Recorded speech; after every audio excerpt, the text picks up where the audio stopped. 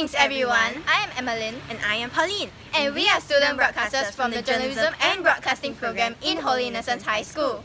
Our theme for today is Singapore's hawker culture. More specifically, we will be discussing about some programs and policies which are put in place to help the new wave of hawkerpreneurs so that you will get a better understanding of Singapore's hawker scene. Basically, a hawker centre is a congregation of affordable local food. But more than that, it's a centre of our local communities and our identity as Singaporeans.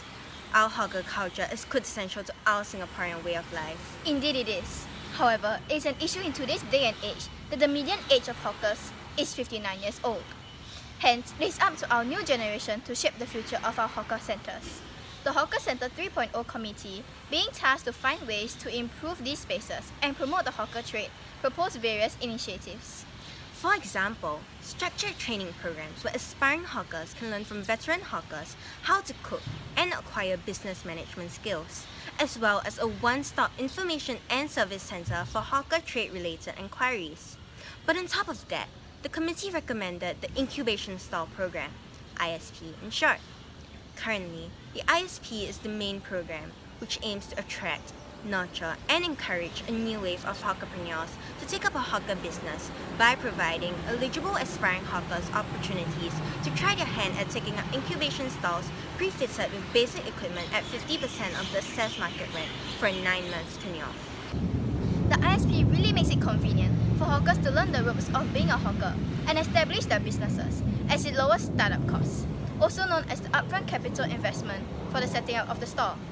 The program also includes the provision of guidance in store design and setup, as well as support along the way.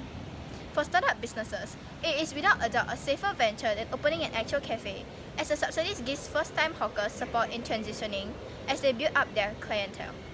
In conclusion, not only does the Incubation Stall Program help to sustain the hawker trade, it also supports the injection of new blood, because the system makes it appealing and affordable, especially for first-time hawkers. This helps the new wave of hawkerpreneurs greatly by providing a good space for young and aspiring hawkers to grow their trade. But you know, this is just one side to the coin, the government's perspective. To find out more about what hawkers actually think, we went to a hawker centre and got some information from a young hawkerpreneur. Yes, this segment will be split into 4 parts, where the chef owner of the hawker store at Pasir Ris Central Hawker Centre, Prawnaholic, which sells a local hawker classic, prawn noodles, but differently, with a unique modern twist, tells us more about the government's efforts to help hawkers out. Secondly, his thoughts about the policies implemented. Thirdly, his thoughts on the hawker scene. And lastly, what his lifestyle is like on a daily basis. Without further ado, we now present to you Mr. Alan Chong, a young 24-year-old hawkerpreneur. Roll the clips! They used to have this PIC claim thing, but in a lot of trouble because there's a lot of scam. That's why in the end they cut it off halfway. So in the end I didn't get the grant. So sad. And done a great job, but I feel that the idea of the social enterprise thing is killing it all, because we don't need a social enterprise to manage hawker, because for so many years, God knows, the hawker culture is all managed by the NEA, and people sell what they want to sell, and they have to remove the social enterprise. Don't need to have so much rules and regulations and the middleman to eat up that part of money that it's not really need to be there also, you see. Yeah, so I feel that they're doing great, the government, but it's even better if they remove the social enterprises. I feel that it's not good enough. It's not and a lot of youngsters, because of this kind of policy, they would like take the store and try it out. But the thing is, there's no try it out. It's either you do it or you don't. Because when you do it, then after you realize that, oh shit, there's so much things you need to do, you cannot handle it. Then after you close it, I mean, why do you even do it? So if you want to do it, just go for it. Don't look back, you know. Don't come back. Singaporeans that are still doing hawker, most of them are the elderly, the older generation, and I feel that the younger generation is either like me coming out with modern dishes or they don't really take over traditional dish anymore. So I really hope that Singaporeans, the youngsters, will come out and do this trade because sooner or later, if nobody's going to do it, the foreign people are coming in and there will be no more local stuff anymore when it's all taken over. My daily life is like quite long hours, so I have to wake up at 7, reach here at 8, end my day around 11 to 12 a.m. every day. So it's quite a tiring job as a hawker. I like doing it to manage a business instead of it's like a job. Because you're managing a business is different. It's totally different from a job. You learn more things. You get mature. You learn. You have no turning back. Like you just have to move forward. You have to get it done. So there's no choice. Wow, what Mr. Allen said was so informative. Who knew there was so much more to being a hawker, just cooking and selling? It must be difficult to do what he does. He did look very tired. I mean, he has to work from 8 a.m. to midnight.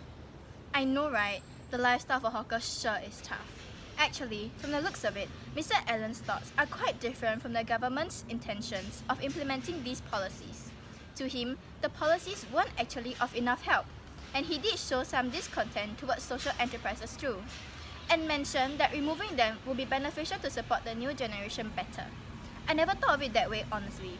Although the government's intentions for social enterprises was to create social benefits, such as helping the lower income find jobs and enabling people who aspire to be in the food industry. It is in fact true that the hawker culture has been under the management of the National Environment Agency, NEA, for so many years, and the social enterprises do actually have a lot of rules and regulations. Yes, this shows that not everything the government has in mind goes as planned, and we need to adjust from there. And like the point Mr. Allen mentioned about the Productivity and Innovation Credit Scheme having scams, this part of the setback on the government side is hard to be prevented. Besides that, Mr. Allen raised up many other good points, like when he said being a hawker, managing a business, was totally different from having a job. I did not expect that he would say being a hawker allows one to learn new things and mature. I know, right? I agree. As Mr. Allen said, the fact that most hawkers are of the older generation actually is a worrying problem we face in regards to our hawker culture today. We do need more of the younger ones to step up. To end this all off, we would like to say that our hawker centers, hawkers, and the wide array of affordable, well-loved dishes they churn out is a distinctive feature of our nation's food heritage. Did you know that Singapore has officially submitted the nomination for our most treasured hawker culture to UNESCO's representative list of the intangible cultural heritage of humanity?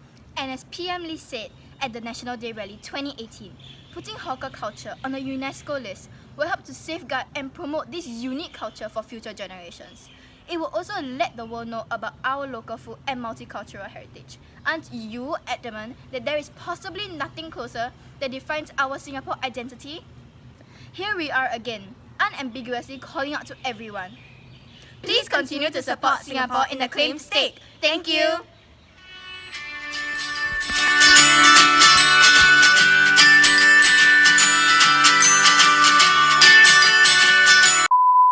Wow. Shush! Why are there so many planes going over at the same time?